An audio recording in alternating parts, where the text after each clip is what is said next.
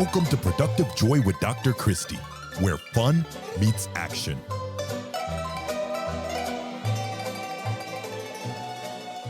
Hi, friends. Welcome to Productive Joy, the recap. This was a fabulous week with two amazing women, Melissa Aarskaug and Michelle Hensley. Both women were exceptional. That's the word I'm going to use. So Melissa is a two-time engineering graduate who works in the gaming industry, but has launched this fabulous podcast called Executive Connect and has done some really exceptional things to help women in that industry make their way, which is perfect. Totally productive, joy worthy, right?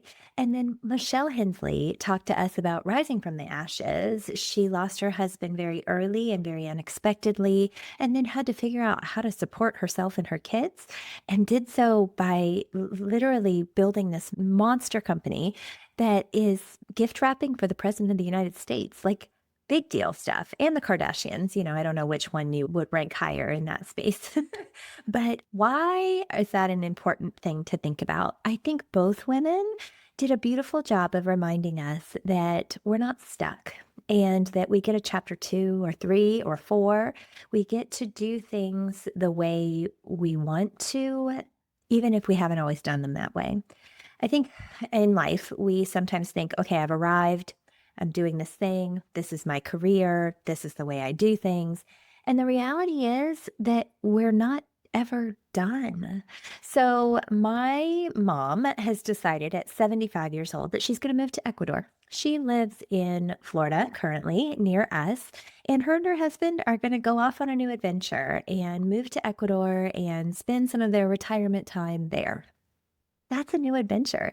That's an oh my gosh thing. And, she's pretty cool. She actually started her own business. Gosh, was she 70? Close to that? No, maybe 65, but ultimately started her career over again. Do you have the guts to do that? Have you done it?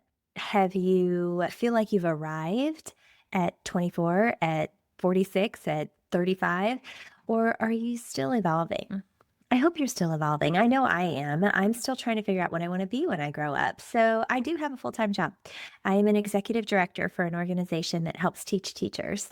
And I love what I do. I absolutely love it. And I know I have more to give. So I am also the CEO of Intentionality Group, which is an organization that helps make work fun so people don't quit. And I'm a podcaster as of a little over 2 years, and I am having a blast. Actually, no, under 2 years. I'm still having a blast. And I am over 200 episodes, right at 200 episodes. But I don't know what I want to be when I grow up, but I do know that I want to enjoy what I do, that I want to create more productive joy. So why am I yammering on about this? Because I think you need to rethink and make sure that you are enjoying life. Are you enjoying what you do? Do you love it? Or do you like it? Or do you hate it? Those are 3 very different things, and you get to kind of dictate that. Now, I'm not saying that everybody is blessed enough to get to make money for their passion, but why not?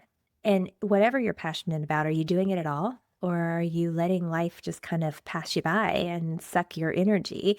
I was listening to The Diary of a CEO, and it is such a fascinating podcast because they always have different types of guests, different people. And the one most recently was about wealth building, but it was also about how we spend our time. And he used Legos to explain it. But ultimately, he said, we're given this finite amount of time. And if you want to launch your own business, if you want to go out on your own and do something that you've never done before, you have to determine how you're spending your free time.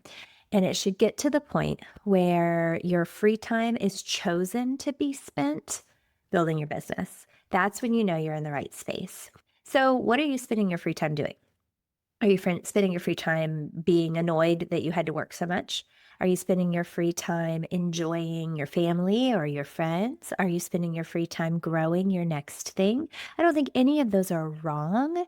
I think we just need to be consciously spending our time instead of just kind of going through the motions. Life is way too short to just go through the motions. You should be enjoying every minute of it.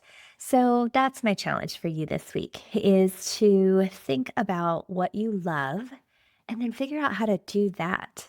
Right. So, like Michelle looked at her car and said, I'm not using this all the time. How could I use it for money? I think that is such a cool way to look at things is how could I be doing things differently right now that would benefit me in the long run? So today on Productive Joy, I want you to think about the things that you spend your time doing and how you could turn those into more productive joy. When I named the podcast, I wanted to make sure that it wasn't just about having fun at work, that it was about having fun, period, and figuring out ways to get that fun to turn into something, right? That's the tagline, turn fun into action. Because if we're not doing anything with the fun things that we have going on, then we're missing an opportunity, right? So today, I want you to think about what you think it means to create productive joy. What does that look like in your space? And then do a little audit. Are you doing it? Or are you pretending to do it? Are you avoiding the things that are hard, or are you avoiding the things that you think you'd really love because you don't think that they are worth it? And if you are, stop and focus on the things that you do enjoy. That is my hope for you today is that you are walking away going, you know what? You're right, Christy. I should enjoy X more. I should spend more time doing Y, whatever those things are, so that you can have more productive joy in your life. And today, I want to challenge you, just like I always do, to take some of those ideas, whether they were from Melissa or Michelle or me, and turn that fun into action.